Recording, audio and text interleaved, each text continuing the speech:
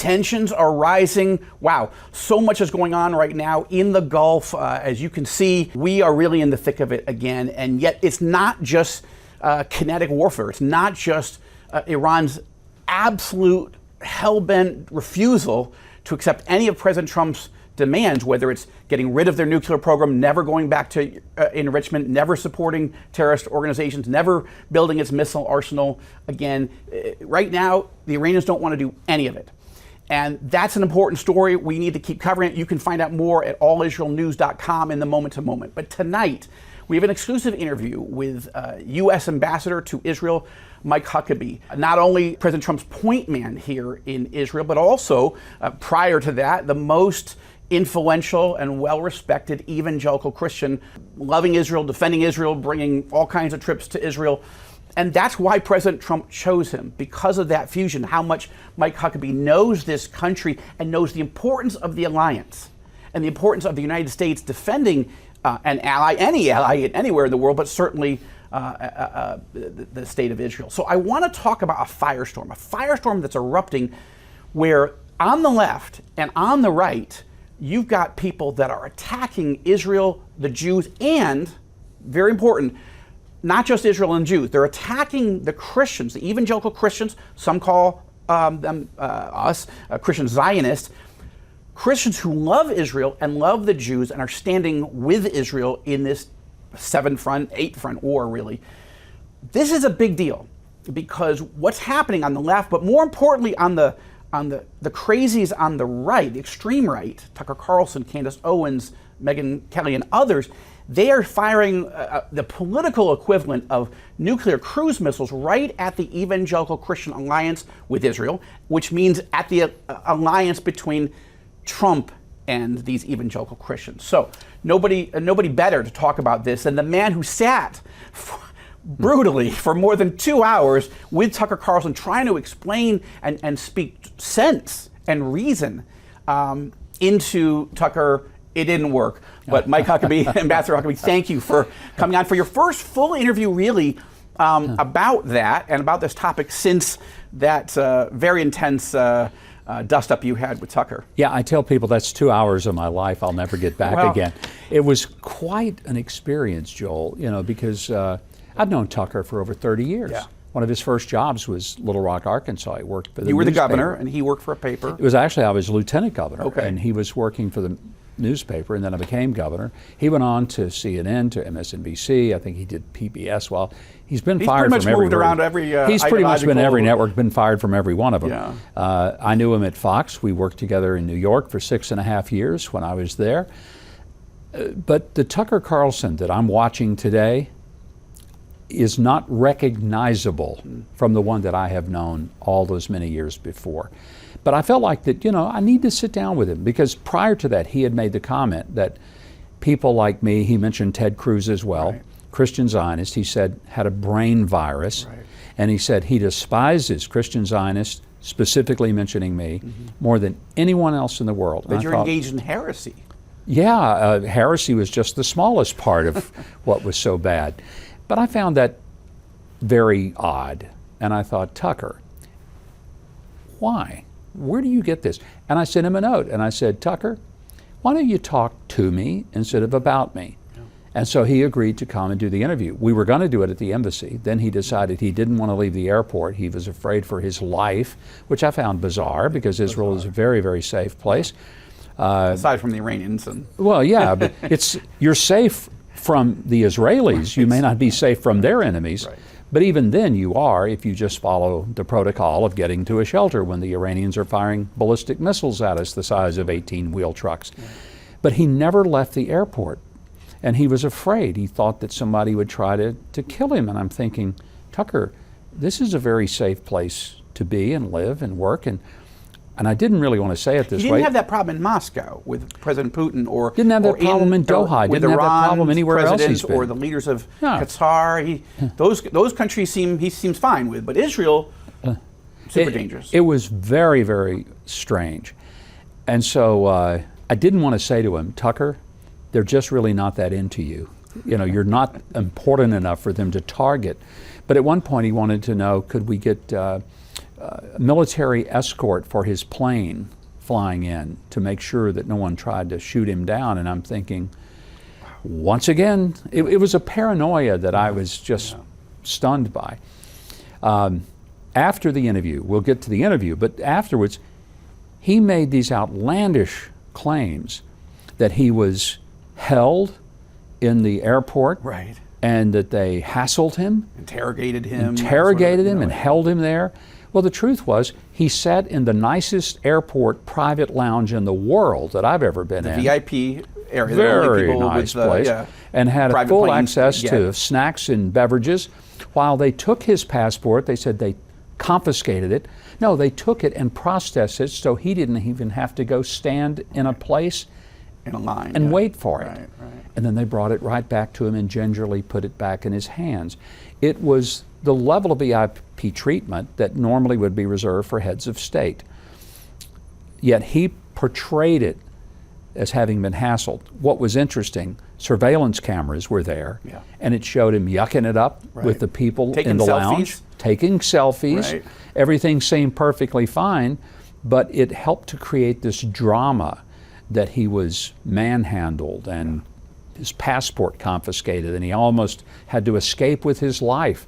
But that is what is going on with Tucker that I find very disturbing. And I say this as a matter, I'm disturbed by it because I feel something has gone wrong.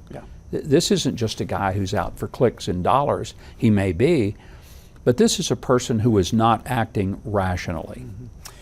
I want to get to the interview, but he's given other interviews, including just this week, a 2-hour interview with a reporter from the New York Times. And I think went even further in some of the most astonishing anti-Israel, anti-Jewish, anti-Christian, anti-President Trump, anti-American statements I've ever heard him make. And that's tough to, he's tough to top, but he keeps topping himself.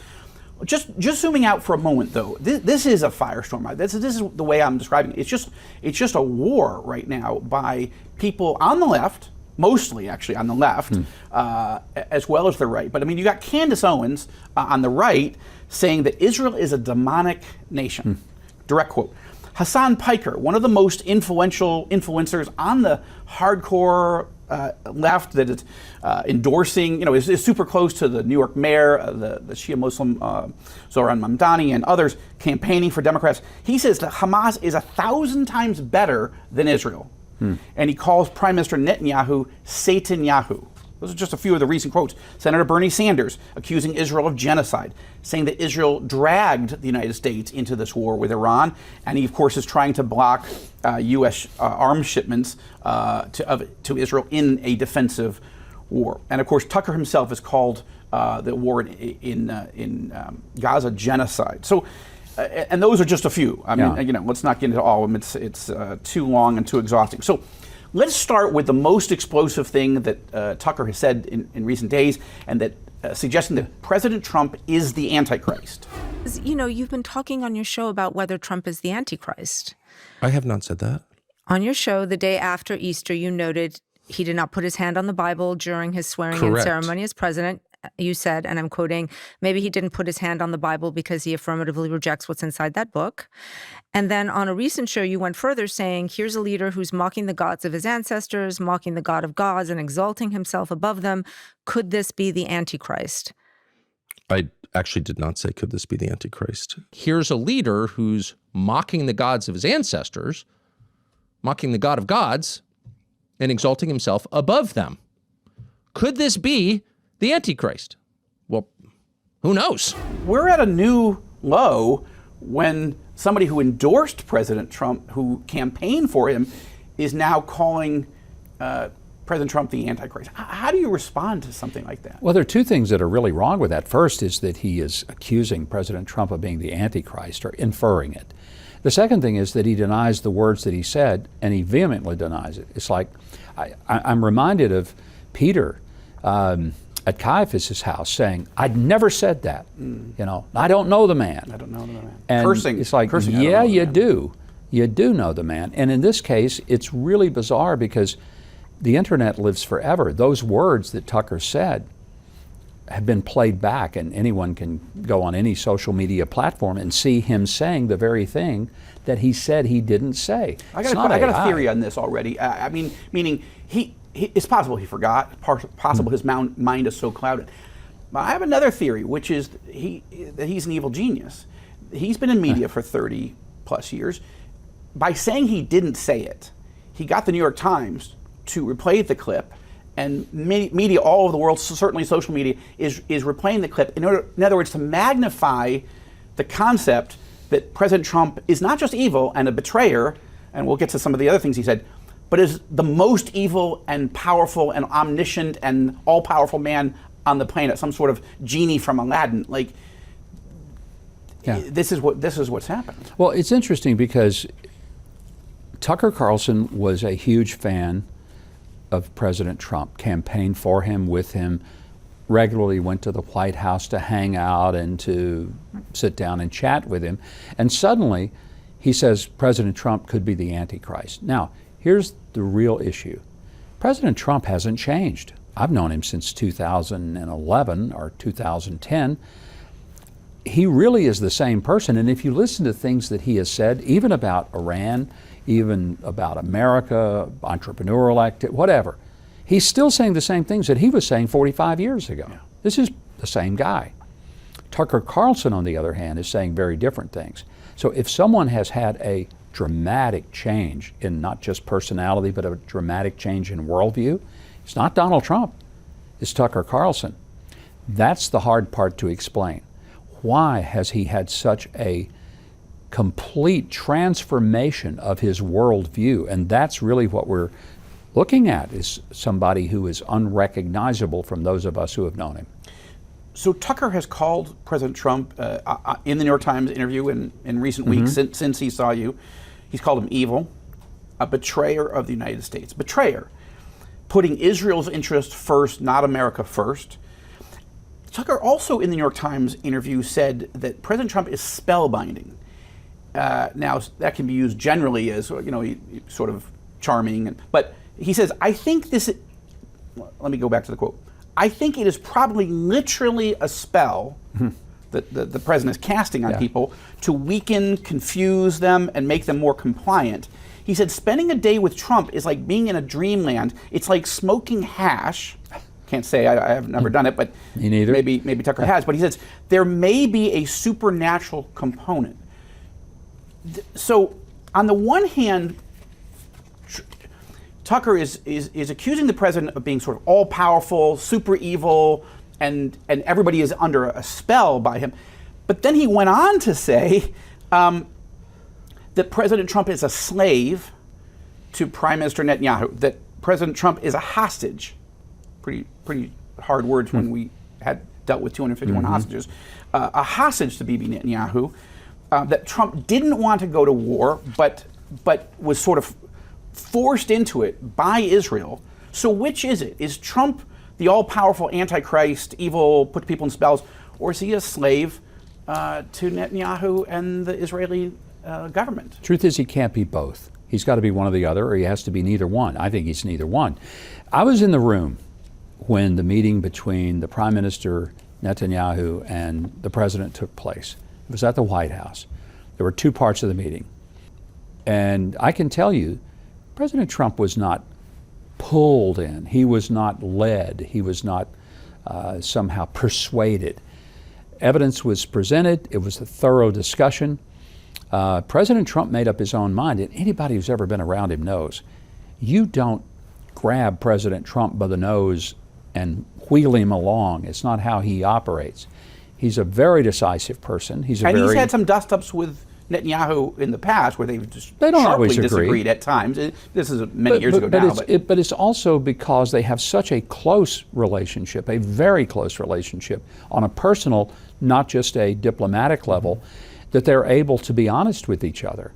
And that's one of the reasons that I think it's such an important relationship, because there is honesty, candor, but there's trust. There's real trust between the two of them, something that you don't see in world leaders that often. That's true. Israel and Iran have stopped their missile war, but a spiritual battle is still taking place. Today, nearly 99% of Israelis don't yet know Jesus. Think about that. Nearly 99% of Israelis don't yet know Jesus, but a miracle is unfolding. One for Israel is a ministry that shares the gospel, and I can tell you, Jewish people are starting to accept Jesus in numbers not seen since the early church. Many Arabs are also finding faith and unity. One for Israel is an initiative of native-born Israelis sharing the gospel, discipling believers, and equipping spiritual leaders across Israel. As Romans 10:1 expresses, my heart's desire and prayer to God for Israel is that they may be saved. Your support helps bring the gospel back to Israel. I want you to do something right now. Pick up the phone and call 800-892-9065. That's 800-892-9065 to help share the gospel in Israel. Visit oneforisrael.org/partner or scan the QR code. So let's sharpen this point. The New York Times interviewer asked Tucker, so what has changed? Tucker, you're making the case that for 10 years, President Trump was sort of railing against the decision by President George W. Bush to go into Iraq, a regime change war in Iraq over weapons of mass destruction, or the fear that they would be there. So what's changed? And Tucker said, I don't know. That's what I'm trying to figure out. What changed? It is true that President Trump would seem like an unlikely president, to go into this Operation Epic Fury with Iran. But something did change. What's the thing that changed? Well, the biggest thing that changed was not something that changed at all. It was that Iran has for 47 years threatened that they were going to take America down.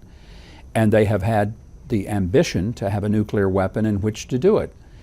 When they have gotten as close as they now have, when they had enough uranium that they could make bombs, 10 or 11 of them, the president realized that this was now a clear and present danger to the United States of America and its people.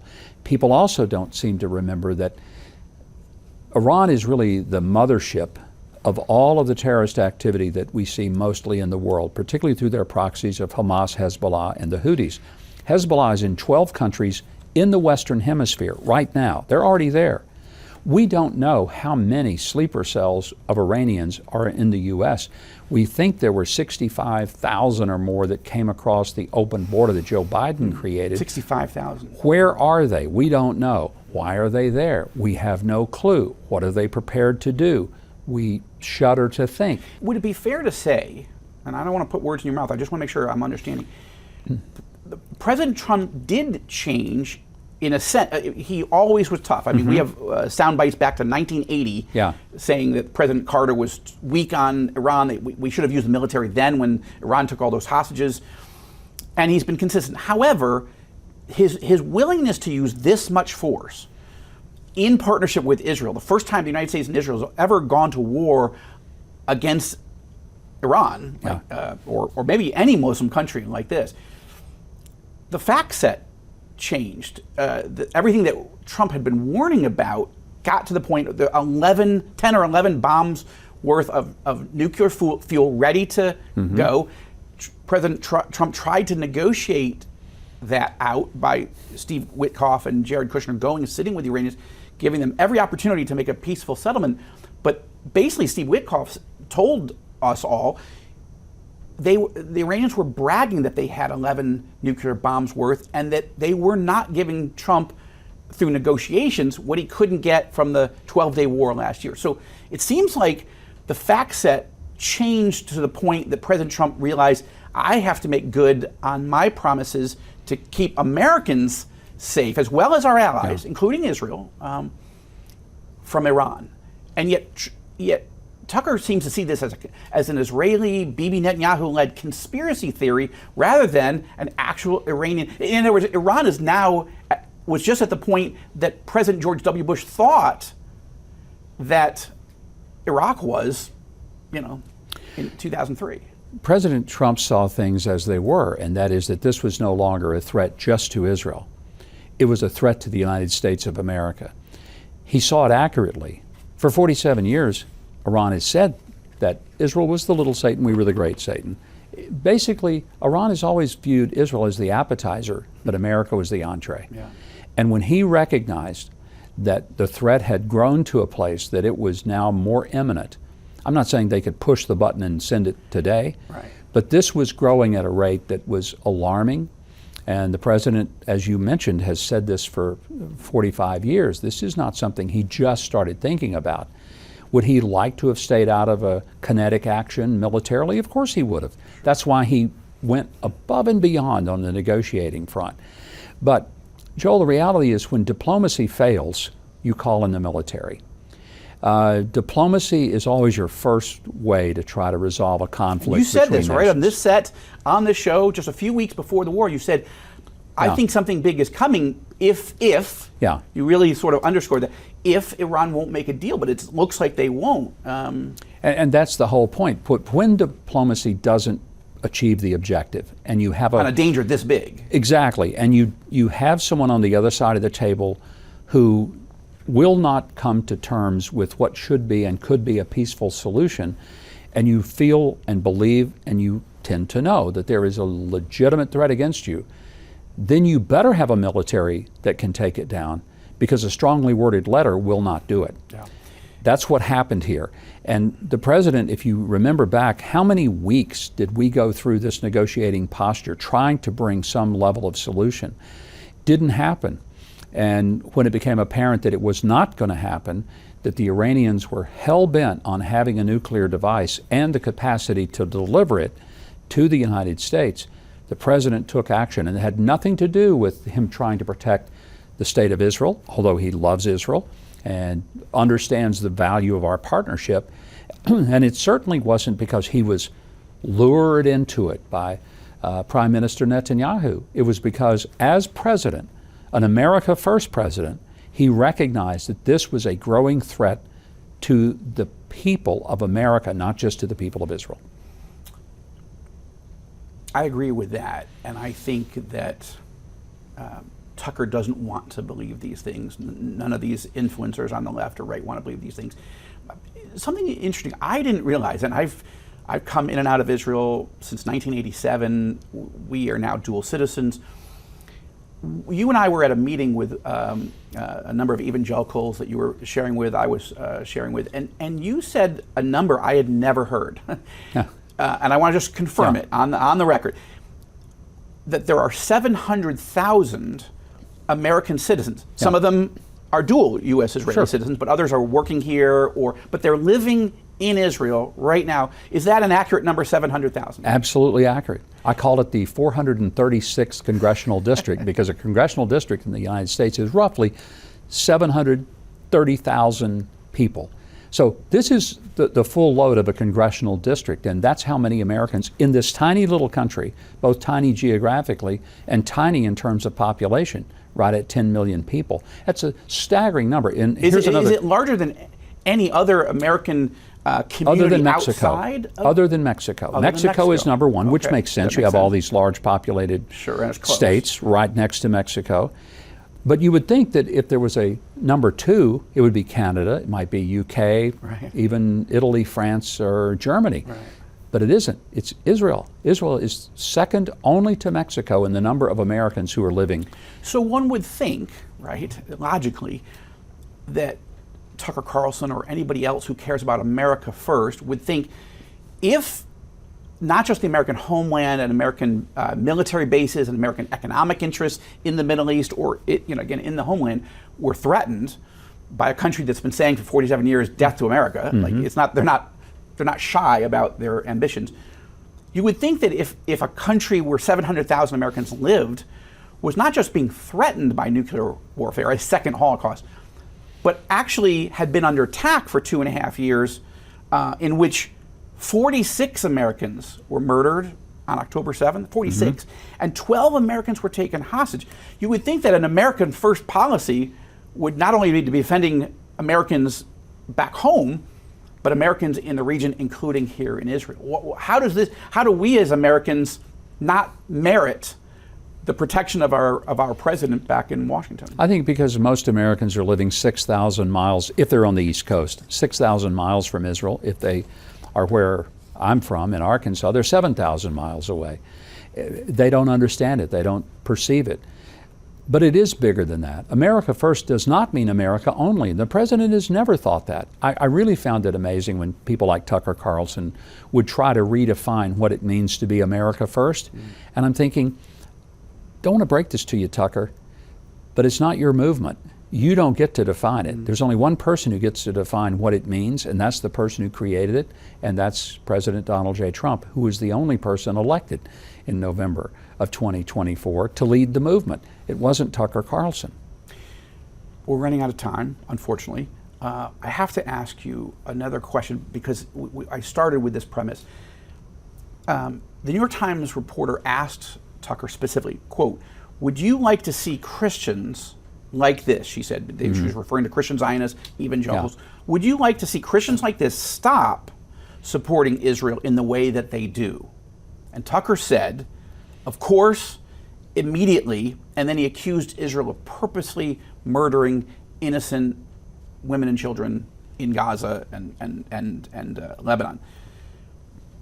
He is not just, Tucker Carlson doesn't just hate Israel and the Jews. He hates, he says he's apologized to you and Ted Cruz and others, but the actions suggest, the fruit of the tree suggests he not only hates evangelical Christians who love Israel, but he is aiming for us to try to blow up this relationship, this warmth, this love between evangelicals who look at the Bible and say, yeah, that's what it says, that's what it means, God loves Israel, we should love Israel. It doesn't mean we have to agree with every decision that Prime Minister Netanyahu or any Israeli leader makes, but this is his focus.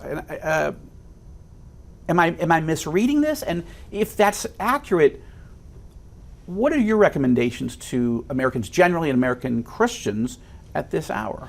Well, when we did our interview, he, because he was face-to-face with me, apologized for saying I had a brain virus and that I was worse than anyone in the world. Then in the New York Times interview, he comes along and says that he thought that the Nick Fuentes interview was better than talking to me, that he despised me more than he did Nick Fuentes, which I thought a neo-Nazi who praises Hitler as cool, and thought that Churchill was the evil guy of World War II. I think two things. Holocaust deniers. Yeah, to answer your question, two things. First of all, we have to look at this. This is a spiritual problem with Tucker. This isn't just political. This is spiritual. Anyone who accuses someone else of being an antichrist without any evidence that brands evil as good and good as evil, that's a spiritual issue. But the second takeaway from all of this is that Tucker has labeled things so horribly. He, for example, made the statement in the New York Times interview that I advocated for the murder of children, and I'm thinking, Tucker, I can be accused of a lot of things, but that's not one of them. There's no basis for that. So why does he say things that are so outrageous? Is it because he's trying to convince other people, or is he trying to convince himself that these radical views that he has taken, that he can somehow justify them? And I think if you go back to it, that's a spiritual dilemma for him. And that's why I'm not mad at him. I don't hate him. I feel for him. I want him to find himself. I want him to find the true God. I want him to come back to a place where this, whatever is troubling him deep within his soul, is resolved. Because I look at him not with a sense of anger, I look at him with an extraordinary sense of pity and agony that he has, I use the term, he is now circling the drain. Last question. I thought the most despicable moment in his interview with you is that he said he wanted to talk about Christian Zionism and what is the biblical basis for Israel. Those were all the set questions that you invited him to come talk about. But where he began essentially was to accuse the president of Israel, our mutual friend Isaac Herzog, one of the most honorable and decent men truly in the country. Nicest people ever. Tucker accused him of being in league with Jeffrey Epstein and to going to this pedophile, sexual deviant island. He called it Pedo Island. This was a brutal attack, and you called him on it, And he kept pressing you. How do you not even know this? As a father, as a husband, as an ambassador to protect the American people, why aren't you calling out President Herzog for him being in league with Jeffrey Epstein? He said, will you call him? Will you confront him? Yeah. You did call I did. The president. What was the response? Well, the response was that the date that Tucker, claimed President Herzog was on Pedo Island, he was actually speaking in front of 1,000 people in Tel Aviv. So his alibi is pretty ironclad. More importantly, he'd never met Epstein, didn't know who he was. I mean, he heard of him. I strongly have suggested that President Herzog should sue Tucker Carlson. And what happened after that, when it became evident that Tucker was totally wrong, Tucker pulled that segment out of his interview. He apologized, but the damage is done. Yeah.